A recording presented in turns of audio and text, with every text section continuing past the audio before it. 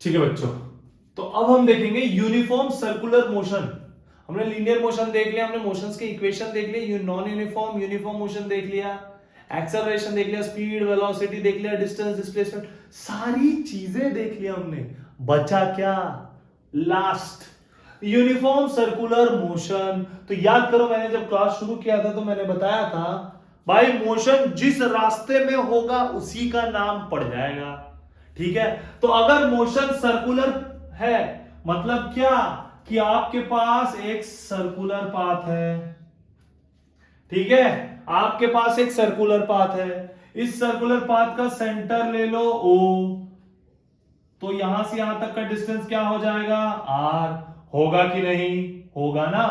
तो इस circular path में एक इंसान खड़ा है।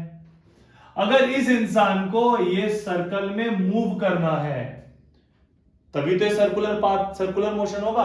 When an object moves in a circular path is called a circular motion, and when an object moves equal distance in equal interval of time in a circular path is called as uniform circular motion. Clear है?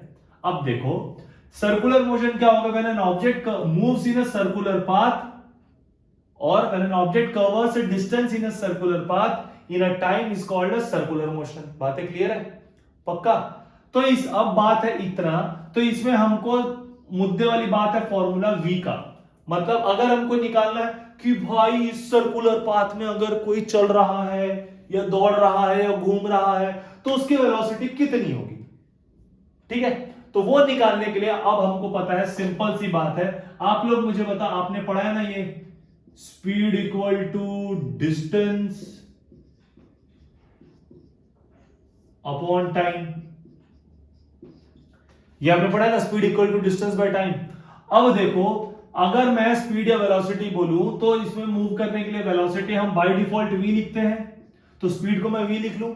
अब बारी है distance की, तो देखो ये जो object है ये सर्कल पाथ में टोटल डिस्टेंस जब कवर करेगा तो क्या टोटल डिस्टेंस मतलब ये इधर से शुरू होके ऐसा घूम के यहीं पहुंचना, तो याद करो क्या इसको हम सरकमफ्रेंस कहते हैं क्या?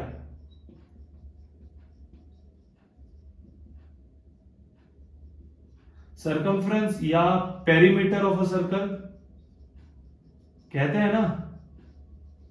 हाँ, तो सरकमफ्रेंस या पेरीमीटर ऑफ सर्कल क्या होता है बताओ? एग्जैक्टली वो होता है 2πr। यही होता है ना, बहुत शानदार, बहुत बढ़िया। ठीक है, तो अगर एक ऑब्जेक्ट इस सर्कुलर पाथ में टोटल डिस्टेंस कवर कर रहा है तो कितना करेगा? इतना ही तो करेगा, 2πr। तो लिख दो डिस्टेंस की जगह 2πr अपॉन, अब इस इंसान को इस पूरे सर्कुलर पाथ में घूमने में जो टाइम लगा वो लगा t। बोलो समझ आया?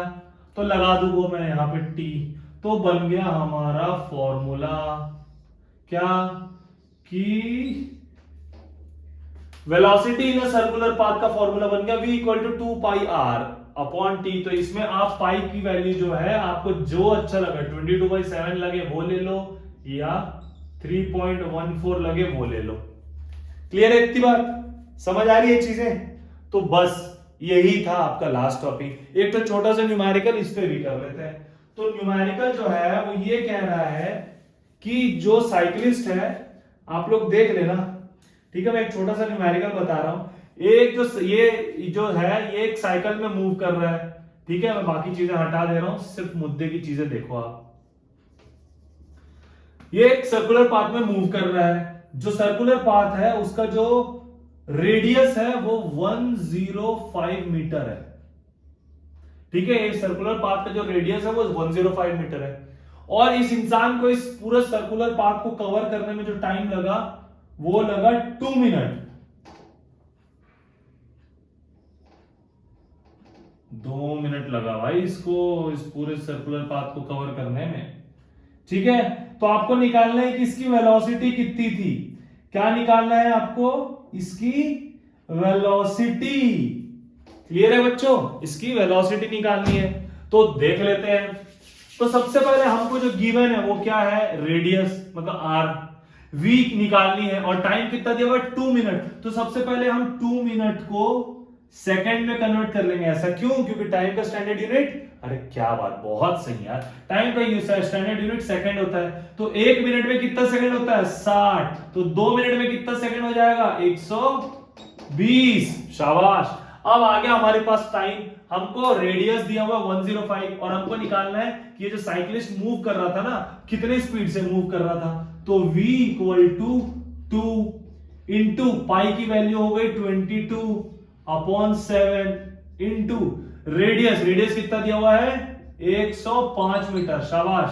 और नीचे कितना था? टाइम t कितना आया हमारा भाई? 120। समझ आई क्या बात? मैंने क्या किया देखो, टाइम t था तो मैंने लिख दिया t, पाई का 22/7 तो डिनोमिनेटर में आता है, इसलिए मैंने पहले ही कर दिया। इतनी बातें क्लियर है? पक्का? आगे देखे तो देखो 2 6 12, 2 0 0, 2 1 2 कट गया, 2 1 2, 2 1 2, 2 3 6, 2 0 0, इतनी बातें भी कट गई।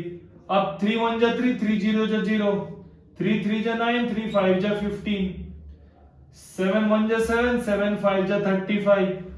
तो बचा क्या ऊपर? v इक्वल टू, देखो ये वाला 11 बचा इंटू यहां का बचा 5 अपॉन नीचे बचा 10। समझ आया? देखो जो मैंने काट दिया, सिर्फ जो बचा वो बचा भाई, मैंने तो कुछ नहीं किया। ठीक है, तो 11 5 जा कितना होता है बॉस? 11 5 जा होता है 55 अपॉन 10। अगर 10 को ऊपर ले जाओ तो ये कुछ ऐसे ही होगा 5.5 मीटर पर सेकंड। तो देखो भाई आपका आंसर आ गया। क्वेश्चन में बोला था जो साइक्लिस्ट है वो कितने स्पीड से घूमेगा कि 2 मिनट में वो पूरा डिस्टेंस कवर कर लेगा। तो इतने स्पीड से घूमेगा तो 2 मिनट में पूरा डिस्टेंस कवर कर लेगा। बातें क्लियर है? समझ आई? तो I am signing off guys, यहीं तक था हमारा सफर इस यूनिट का। आपको कोई भी डाउट आप कमेंट सेक्शन में जरूर ड्रॉप करना। मिलते हैं नेक्स्ट क्लास और नेक्स्ट वीडियो में।